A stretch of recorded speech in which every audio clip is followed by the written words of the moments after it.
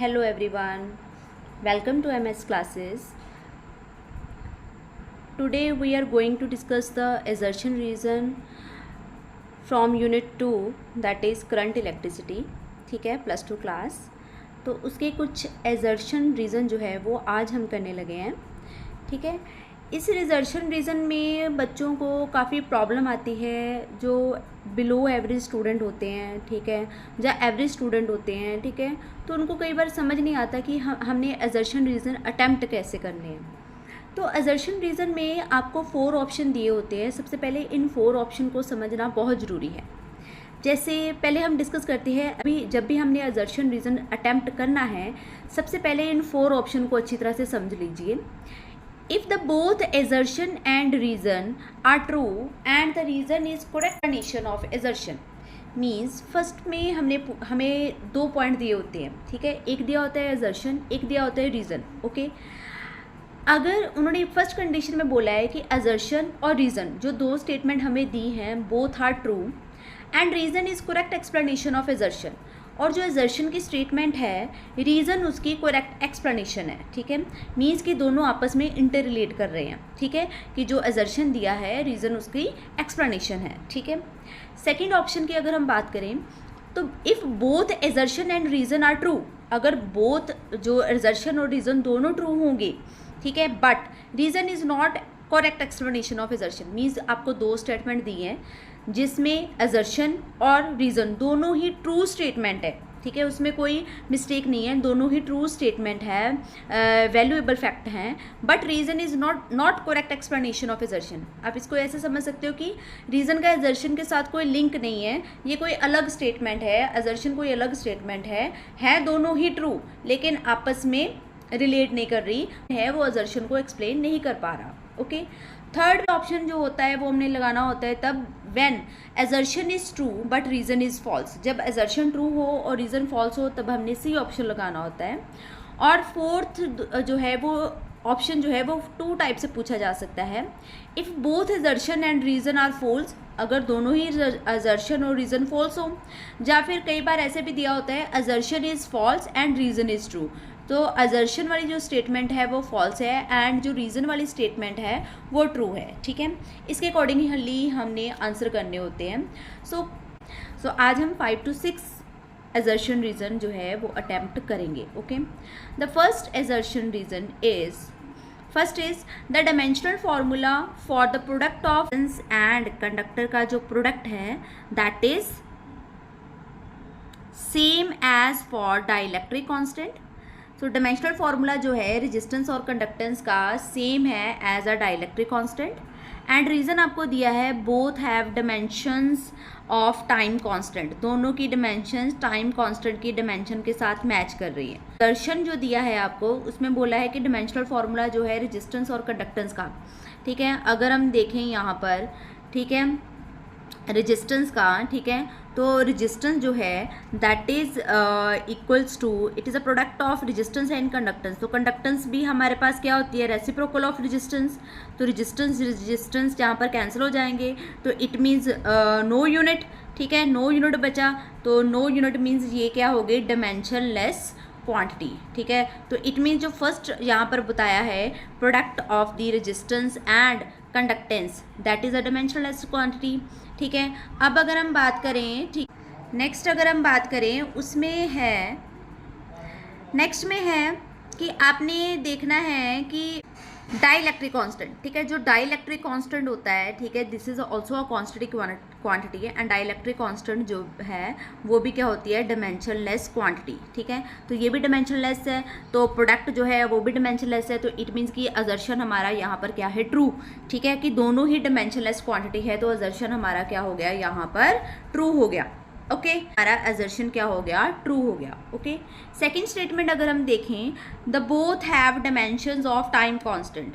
सो जो time constant है वो डायमेंशनलेस क्वांटिटी नहीं है. ठीक है, उसका जो है जो टाइम का डायमेंशंस होती है वही टाइम कांस्टेंट की डायमेंशंस होती है. ठीक है, सो यहाँ पर जो रीज़न है वो रॉन्ग हो गया, मीन्स असर्शन यहाँ पर ट्रू है बट रीज़न यहाँ पर फॉल्स है. तो यहाँ पर फर्स्ट का आंसर आपका क्या आएगा, दैट इज़ फर्स्ट ऑप्शन का जो आंसर आएगा दैट इज सी, ठीक है। तो C is right for first question. Clear? Okay, next आगे नेक्स्ट क्वेश्चन करते हैं। The assertion is electron move from the region of higher potential to the region of lower potential, ठीक है। First question, first part क्या पूछा है कि जो इलेक्ट्रॉन है वो मूव करते हैं from the higher potential to lower potential, ठीक है। तो आप लोगों ने देखा होगा कि जो इलेक्ट्रॉन हैविंग नेगेटिव चार्ज, तो नेगेटिव चार्ज जो है वो मूव करते हैं from higher potential to lower potential की तरफ। तो असर्शन यहाँ पर बिल्कुल ट्रू है, ठीक है।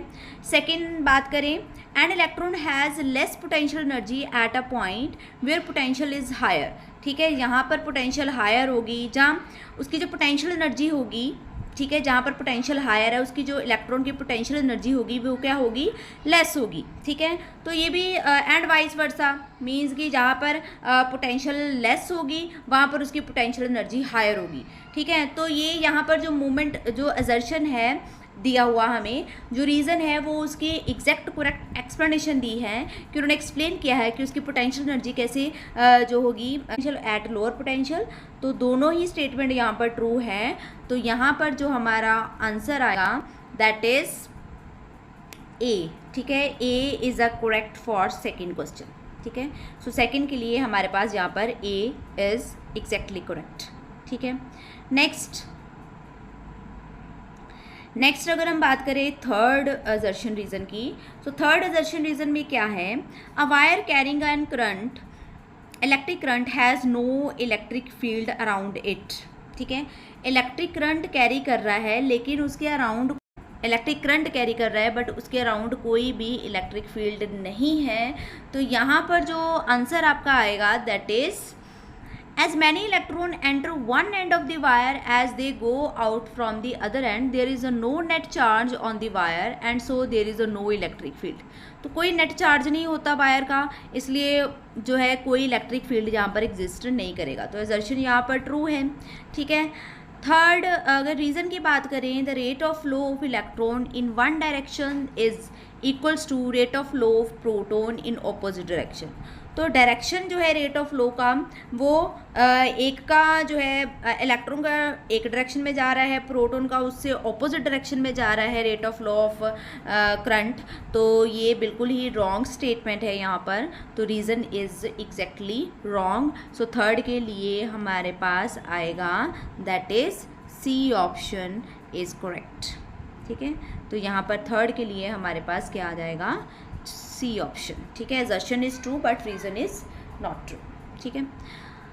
आगे करते हैं फोर्थ की, ठीक है। फोर्थ में क्या है, in fourth question assertion is through large number of free electron, large number of free electron हमें दिए हैं यहाँ पर, ठीक है।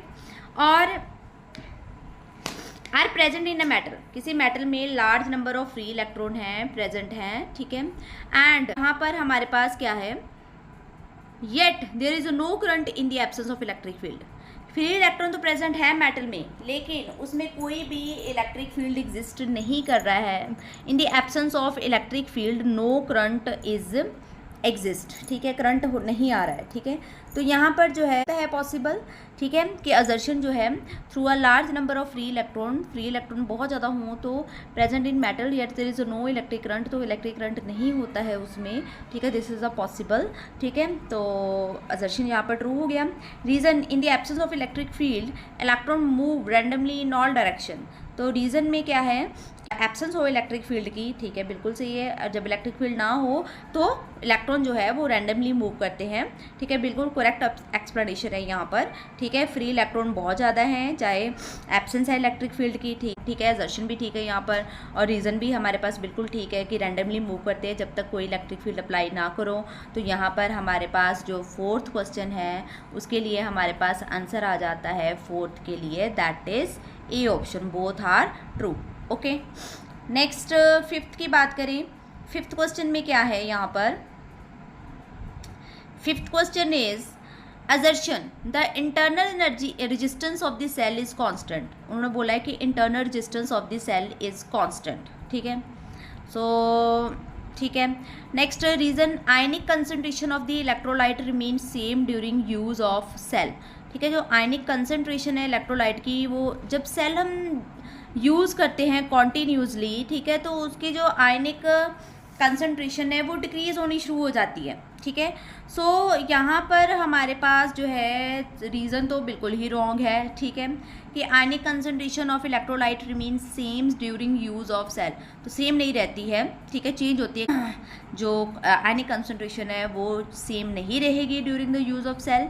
एंड जो असर्शन है the internal resistance of the cell is constant, तो internal resistance of the cell भी कांस्टेंट नहीं होती, सेल टू सेल डिफर होती है। सो ये जो क्वेश्चन में अगर हम देखें तो असर्शन और रीज़न दोनों ही रॉन्ग आ रहे हैं। सो जो हमारा यहाँ पर फिफ्थ क्वेश्चन के लिए भी हमारे पास अगर हम देखें तो फिफ्थ क्वेश्चन के लिए बोथ द स्टेटमेंट आज आर इनकोरेक्ट, तो फिफ्थ क्वेश्चन के लिए हमारे पास आ गया D option, if the both assertion and reason are false, तो दोनों फॉल्स है, तो यहाँ पर D option is correct options. ठीक है, एंड सिक्स क्वेश्चन पे बढ़ते हैं। सिक्स क्वेश्चन क्या है, the temperature coefficient of the resistance is positive for metal and negative for semiconductor. So yes, already we know कि अल्फ़ा जो है दैट इज़, जो हम अल्फ़ा पढ़ते हैं, alpha coefficient of the resistance, so alpha जो है, सो जो अल्फ़ा है, ठीक है, alpha is that is positive for metal, ये मेटल के लिए पॉजिटिव है, और alpha that is negative for semiconductor. ठीक है, ये बिल्कुल स्टेटमेंट ट्रू है। रीज़न की बात करें, the charge carrier in metal are negatively charge है, whereas in semiconductor they are of positively charge.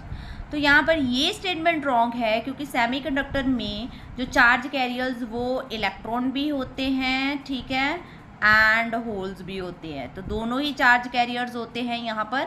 सो ये सेमीकंडक्टर में अकेला यहाँ पर पॉजिटिवली चार्ज लिखा है, तो रीज़न यहाँ पर जो है वो फॉल्स हो गया। ठीक है, तो यहाँ पर कौन सा ऑप्शन आएगा, दैट इज़ सी ऑप्शन। तो यहाँ पर सी ऑप्शन फॉर सिक्स्थ। ठीक है, तो ये है आज 6 असर्शन रीज़न। ठीक है, 6 असर्शन रीज़न है, आप लोगों ने और भी प्रैक्टिस करनी है इनके ऊपर। ठीक है, तो असर्शन रीज़न में आपने दोनों स्टेटमेंट को बहुत ही ध्यान से जो है वो पढ़ना है और देखना है कि ये आपस में इंटर रिलेटेड हैं या फिर डिफरेंट हैं। ठीक है, या फिर दोनों ही फॉल्स है, या फिर दोनों ही ट्रू है तो क्या रीज़न उसकी करेक्ट एक्सप्लेनेशन दे पा रहा है। ठीक है, तो ये सारा कुछ ध्यान में रख के फिर असर्शन रीज़न करने होते हैं। तो असर्शन रीज़न जो है ये इनकी अच्छी तरह से प्रैक्टिस करें। ठीक है, सो आज के लिए इतना ही। ठीक है, फिर मिलेंगे और असर्शन रीज़न के साथ। ठीक है, thank you and bye bye.